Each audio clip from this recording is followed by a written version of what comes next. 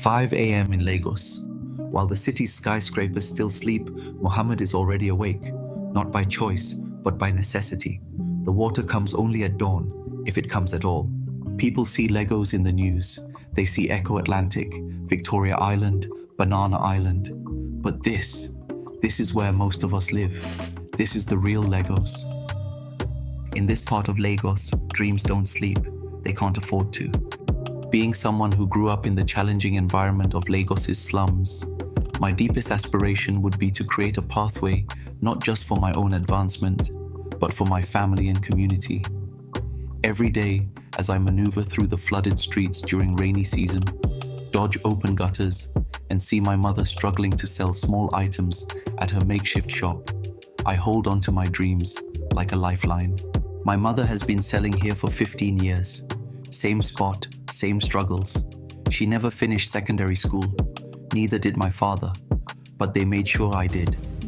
Education would be my primary focus, even if it means studying by candlelight when NEPA takes light, or using second-hand textbooks from the local bookseller at Oshodi.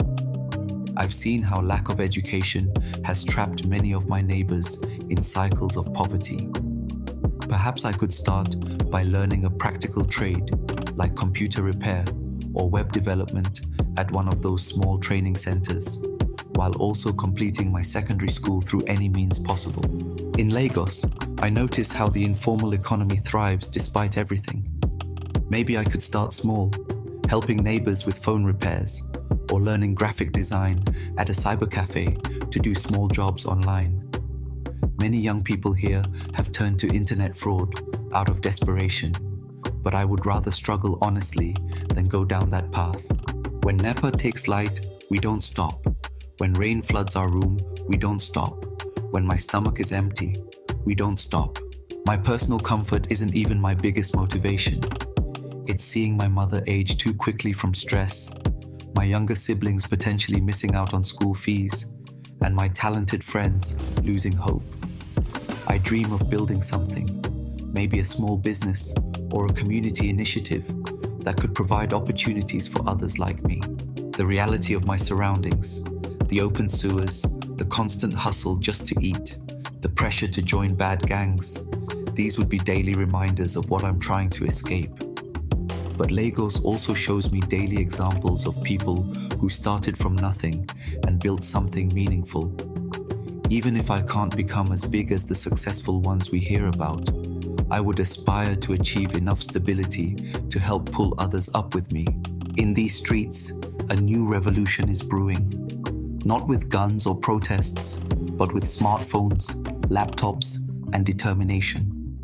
Young people teaching themselves coding, graphic design, digital skills, anything to escape the cycle. They tell us we're lazy, that we want quick money, but look around, we're hustling, we're learning, we're building. Yes, fraud is tempting. Everyone knows someone doing Yahoo, but that's not our only option. We can create legitimate value. Every skill I learn, I teach 5 others. That's our way out. Not one person making it, but lifting each other up. In a city where the government has failed its youth, they're governing themselves, creating informal schools, skill-sharing networks, micro-lending groups. People call this place a slum. They say nothing good can come from here, but they're wrong. We are the future of Nigeria, not the politicians, not the oil companies, us. And we're done waiting for permission to succeed. This is not just a story about surviving Lagos. It's about redefining what's possible, about turning desperation into determination. To every young person in every forgotten corner of every African city, your dreams are valid, your hustle is valid, and you are not alone. We are the generation that will change everything. Support youth education and entrepreneurship initiatives in Lagos.